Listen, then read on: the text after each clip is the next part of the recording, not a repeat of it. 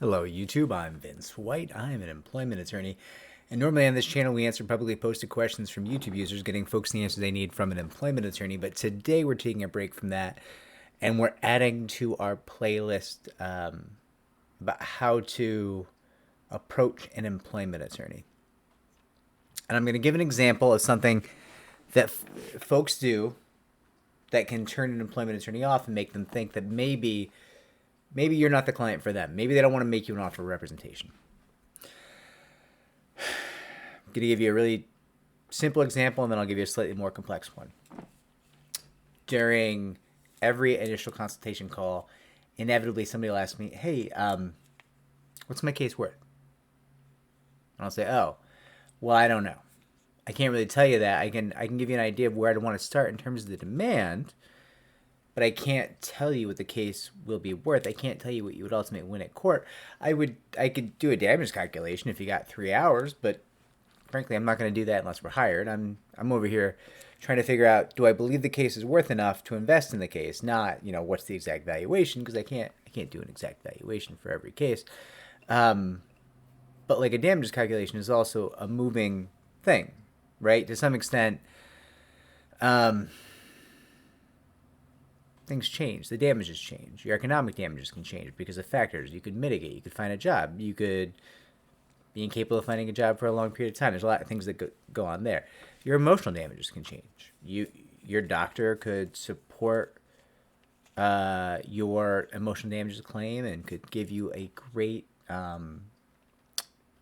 bit of information about your physical symptoms of anxiety and talk like these are all things that can expand your emotional damages or even contract, right? We talked about recently. The doctor comes in and says, you know what, those symptoms of anxiety, that anxiety condition of yours, it's got nothing to do with what happened in the employer, at the employer. It's got nothing to do with the employer whatsoever. It's got everything to do with your childhood. Well, it's a bit of a torpedo in our hopes for a hefty emotional damages verdict, right? So things are changing constantly. There's a lot of changes that can go on. It's a living, breathing number. So any attorney who's going to give you a valuation at the outset of a case is just a liar, right? Any attorney, and I hear about these people who say, I can guarantee at least $2 million. Cool. So you're a liar. And a stupid one. Cool, right? But that doesn't change the fact that clients or potential clients want to ask about what their case is worth because often they don't know that, right? It's not their job to know that. They don't do this for a living. They don't understand how damages are calculated. And it makes sense that they wouldn't because this is not their job. They don't have a lot of experience. They don't have a lot of repetitions at this process, right? So what people do is, they'll ask me the first time, hey, what do you think you get me? And I'll say, I don't know. 30 seconds later, okay, so what do you think the case is worth? Hey, the answer's still the same, right? I'm not going to, you didn't trick me. You didn't ask it with a couple different words and make me say, oh, that's a different question. I'm going to answer it this time, right? Like, that's not what's going on. But people will keep going.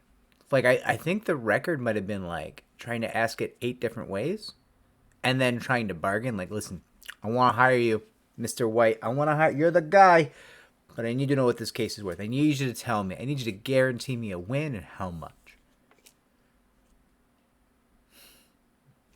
What are you, setting up a stink for the Bar Association? Yeah, I don't need that kind of business.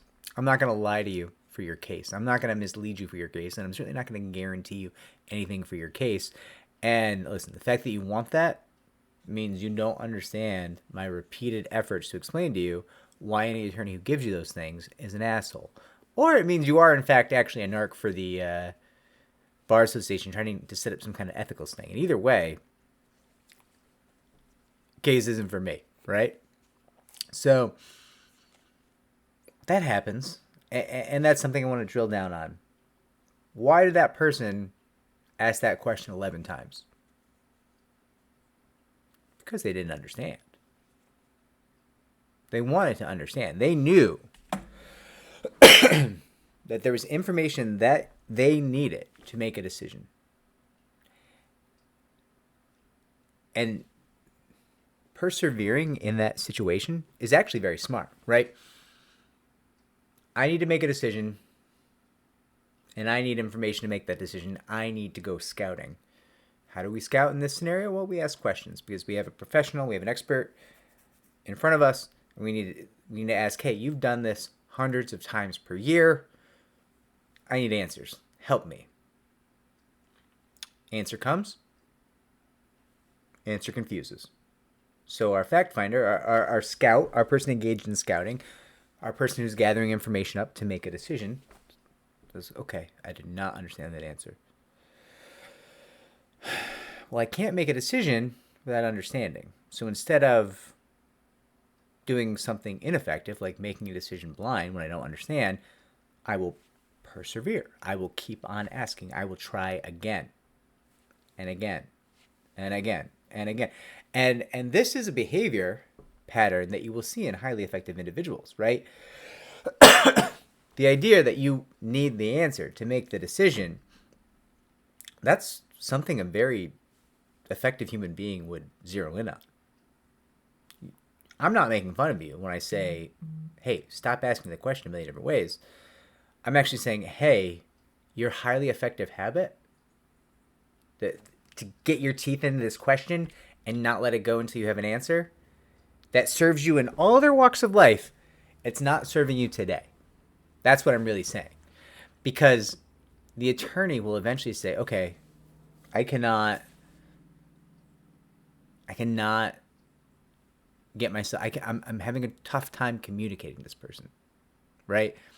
I cannot convey to this person, or they're not hearing me, the realities of the situation, the complexities of the situation. And if I can't convey that to them at this most basic, the simplest outset of things, how am I gonna help them later? How, when they have a complex question about discovery, will I answer their question? Am I going to be here for 8 hours explaining to them why they have to go to a deposition? Because we've all done that. What do you mean I have to be deposed? Well, you have to be deposed. People got to ask you questions. This is part of it. What do you mean? You've asked me that question 30 times. You need to be part of this process. Part of what you signed up for is that you would eventually be deposed by the defendants. Why? I can't. I'm scared. No. That happens. And you've, as the attorney at that point in the case, you've probably got 20 grand wrapped up in that case, maybe more.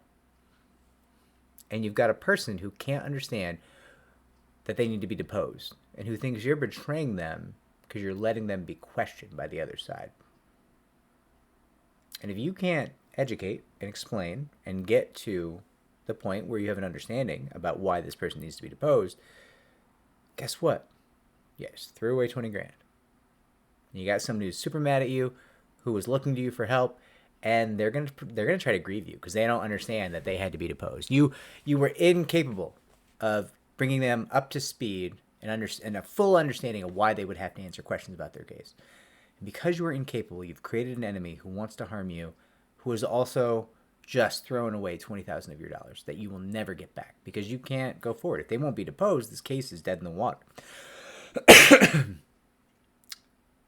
And in that initial consult, when an attorney is having these conversations and can't be understood,